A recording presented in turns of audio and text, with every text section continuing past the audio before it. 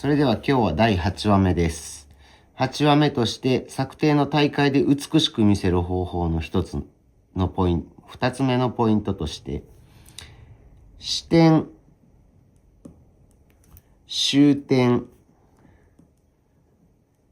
を同じ高さに持ってくる。これを今日は、意識してやっていってみましょう。それでは実践の方をスタート。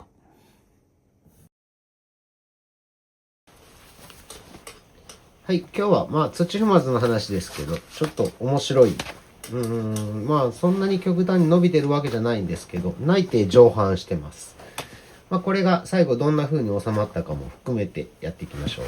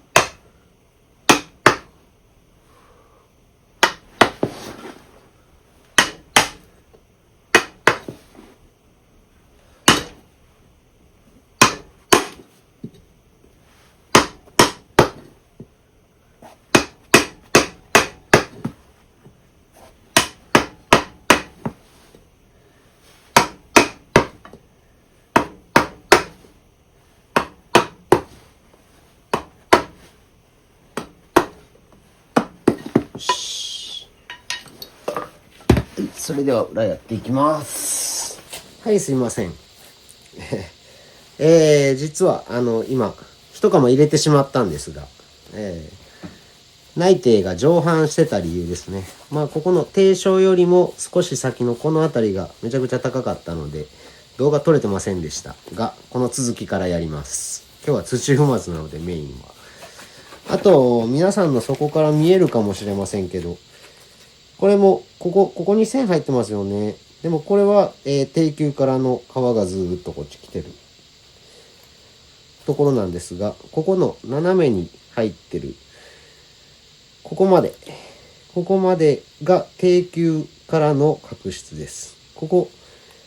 半軸側溝はここなんですが、ここら辺はもう低級の角質はこっちは覆ってますけどありません。よってこの辺、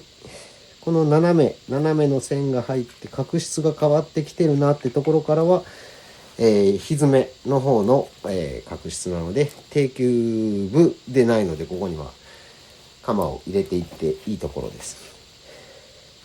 そしてどのあたりまで、削れるかは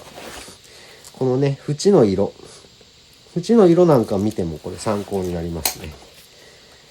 もう内側のここのグレーの色とここの黒の色ははっきり違うんで、これがだんだん濃く明確になってきます。これが作設する時の、色のポイントで、本当なら同じ層なら同じ色なので、例えば血板が出てるなら低床から低線まで同じ血板の層でやれば、僕はこの牛のひずめの角度だと思ってます。なぜならばその血板が出てきて生成されてる爪っていうのは同じ時期っていうことが言えると思うので、同じ時期に作られた爪の層に合わせて、その牛の低角度、その牛が持っている低角度を一頭一頭見極めていく目安にしていってください。あくまで全部が目安なんで、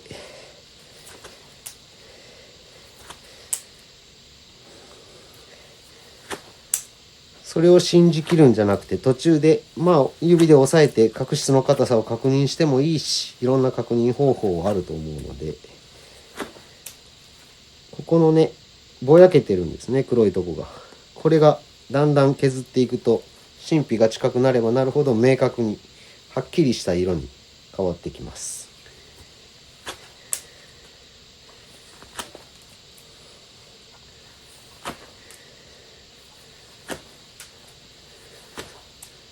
こっちもだんだん色が濃くなってきましたね。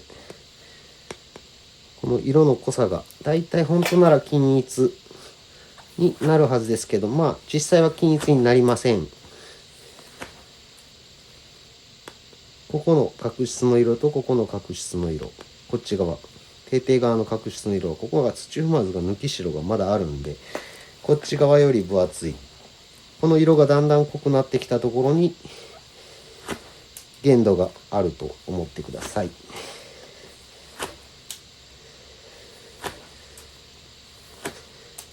もうここらのぼやけから比べたら、ここはっきり白黒がついてるの分かりますか？これも一つの目安なので、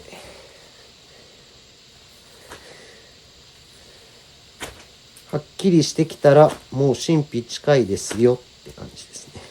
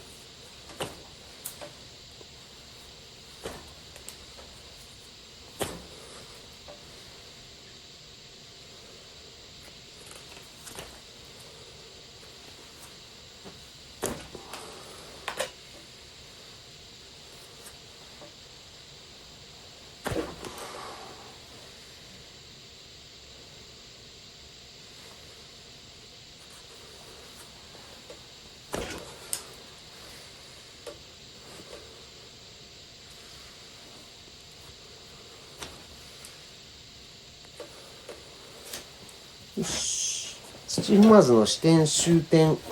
の話ですが、これ僕は前にも言ったように、もうすでに土踏まずから切り始めるのと、もうこの仮面が揃った段階で頭の中でもうイメージして、低小譜面は軸足まで残す。じゃあここからここにできるだけ丸くを意識してます。これちょっと土踏まずが幅が広くなっちゃったので、この内側の線ぐらいですね。ここもできるだけ膨らましてあげた方がいいです。これも支点と終点を揃える。これの練習を今日やっていってみましょう。これね、本番別にマジックで描かなくても、頭の中で想像しながらやっていってみてください。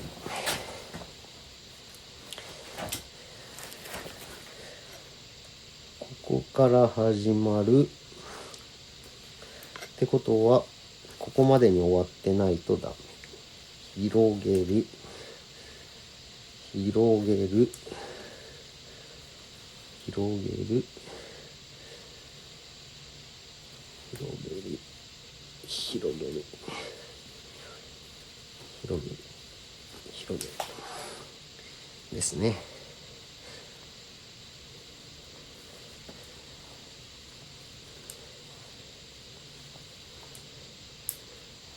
広げる、広げるけど、ここは広げるけど、ここで終わる。笹の葉っぱみたいにシュッとこう流さない、流さない。ここで終える。